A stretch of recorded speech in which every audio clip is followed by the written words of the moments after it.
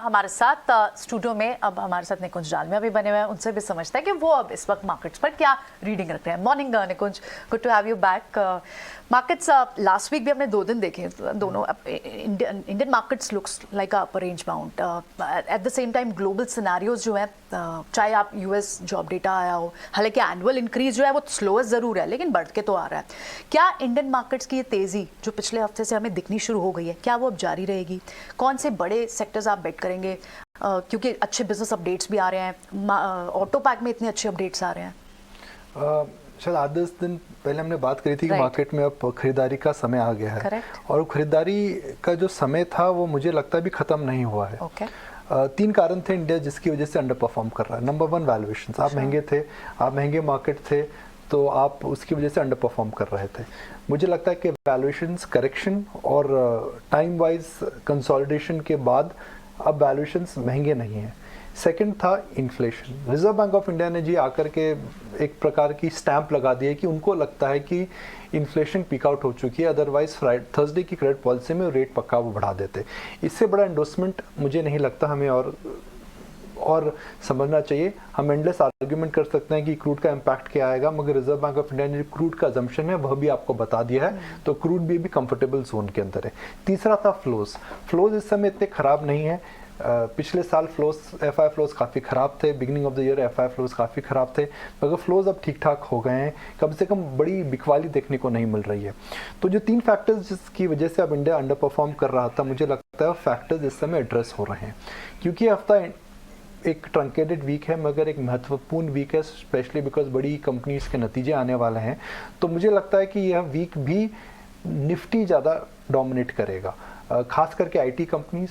एक हफ्ते में टीसीएस, इन्फोसिस दोनों से आपको पता लगेगा कि FY24 कैसा जा सकता है, यूएस इकोनॉमी में क्या हो रहा है, आउटसोर्सिंग पे क्या इम्पैक्ट आएगा, राजेश गोपीनाथन के बाद टीसीएस में क्या रणनीति रहेगी, इन्फोसिस में बड़ी एग्जिट्स हो चुकी हैं, उसके बाद इन्फोसिस में क्या बड़ी एग्जिट्स रहेंगी। तो इन दोनों कंपनियों के लिए जो फर्स्ट इंटरेक्शन रहेगा एनालिस्ट के साथ, ये इंपॉर्टेंट रहेगा।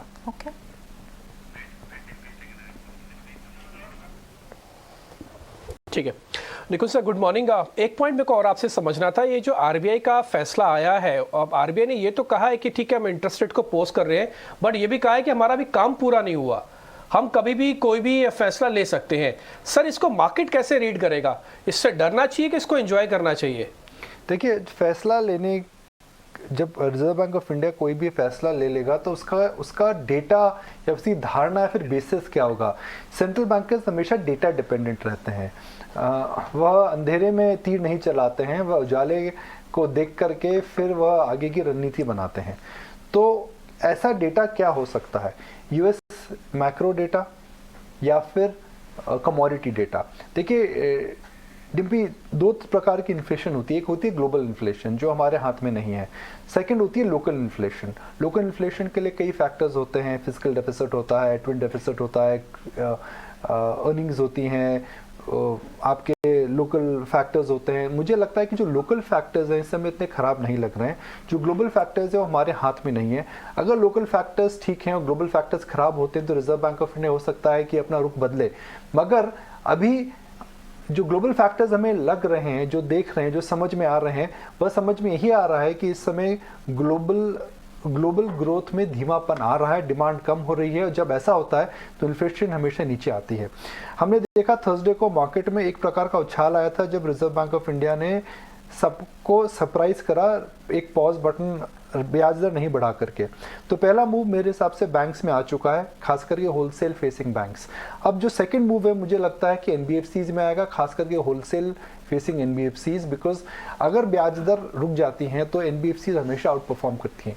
राइजिंग इंटरेस्ट रेट एनवायरनमेंट के अंदर पीएसयू बैंक्स और होलसेल बैंक्स आउट परफॉर्म करते हैं, और जब ग्रोथ ठीक ठाक रहती है और इंटरेस्ट रेट ऊपर नहीं जाते हैं तो हमेशा एनबीएफसीज आउट परफॉर्म करती हैं। एब्सोल्युटली।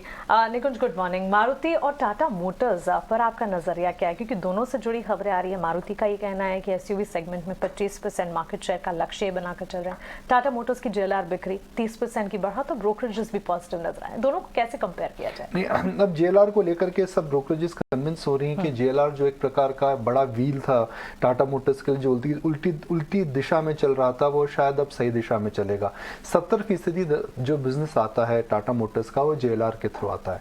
टाटा मोटर्स के 3 बड़े सेगमेंट्स हैं। नंबर 1 पैसेंजर, जिसके अंदर उनका मार्केट शेयर अब 10% हो चुका है। सेकंड CV, जो कि एक प्रकार के अप ट्रेंड के अंदर है। और तीसरा JLR का बिजनेस। JLR के बिजनेस को लेकर के अभी भी समस्याएं हैं, कभी डिमांड को लेकर के, कभी मार्जिन्स को लेकर के। मगर अब ये बात तो साफ हो रही है कि margins have बॉटम्ड out and demand को लेकर जो सेमीकंडक्टर की प्रॉब्लम थी वह सॉल्व हो रही है। JLR की प्रोडक्ट की डिमांड में कमी नहीं है, वहाँ पर सप्लाई चेन के डिस्ट्रप्शंस की प्रॉब्लम है, और सप्लाई चेन का डिस्ट्रप्शन है जो मुझे लग रहा है ठीक हो रहा है। टाटा मोटर्स में इस साल काफ़ी न्यूज़ रहेगी। टाटा मोटर्स ने ऑलरेडी इंडिकेट कर दिया है कि वे अपनी सब्सिडरी को पब्लिक लेकर जाएंगे। कुछ हफ्तों पहले इकोनॉमिक टाइम्स ने भी एक रिपोर्ट करी थी कि वह अपने EV बिजनेस के अंदर एक और प्राइवेट प्लेसमेंट करने वाले हैं। तो कुल मिलाकर के टाटा मोटर्स में जिस प्रकार हमने महिंद्रा एंड महिंद्रा में पिछले साल न्यूज़ फ्लो देखा था, हो सकता है इस साल टाटा मोटर्स में रहे। तो इस साल कई सारे न्यूज़ फ्लो टाटा मोटर्स इस पर नजर रखनी चाहिए। ठीक है, शुक्रिया निकुंज सारे एनालिसिस के लिए। ठीक है, तो ये तो ब्रॉड पॉइंट्स हुए बाजार के लिए।